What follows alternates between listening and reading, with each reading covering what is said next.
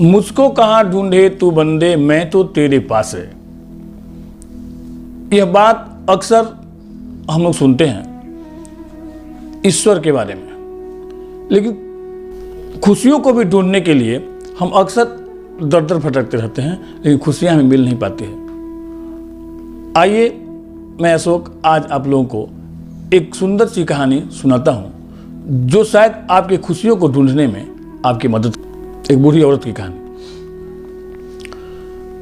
एक औरत बहुत महंगे कपड़ों में अपने मनोचिकित्सक के पास गई और जाकर उससे बोली, डॉक्टर साहब, मुझे लगता है कि मेरा पूरा जीवन बेकार है, उसका कोई अर्थ नहीं है, क्या आप मेरी खुशियां ढूंढने में मेरी मदद करेंगे?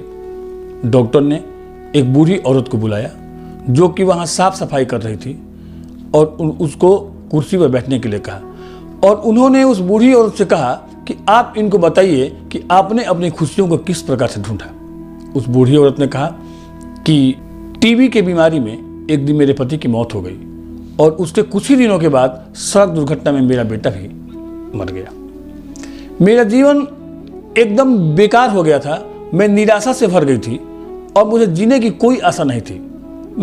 मेरी जिंदगी जो है वो पागलों की तरह हो गई थी। एक दिन मैं जा रही थी, तब तक एक बिल्ली का बच्चा मेरे पीछे पीछे लग गया और मेरे घर तक गया। बिल्ली के बच्चे को देखकर मुझे दया आई और मैंने उसे थोड़ा सा दूध पीने के लिए दिया। उसने दूध को पिया और पीने के बाद मेरे पैर को चाटने लगा। उस दिन मुझे पहली बार खुशी का अनुभव, और मैं महीनों के बाद उस दिन मुस्कुराई।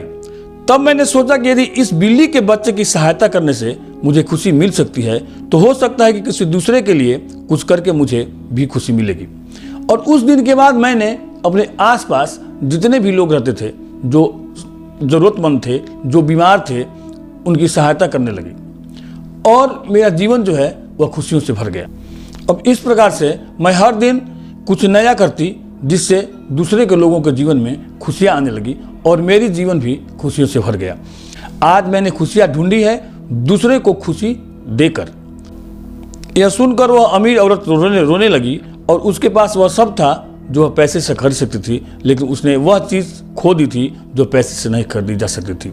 मित्रों, हमारा जीवन इस बात पर निर्भर नहीं करता है कि हम कितने खुश हैं, अपितु इस बात पर निर्भर करता है कि हमारी वजह से कितने लोग खुश हैं। तो आइए आज शुभारंभ करें इस संकल्प के साथ कि आज हम भी किसी न किसी को खुशी का कारण बने।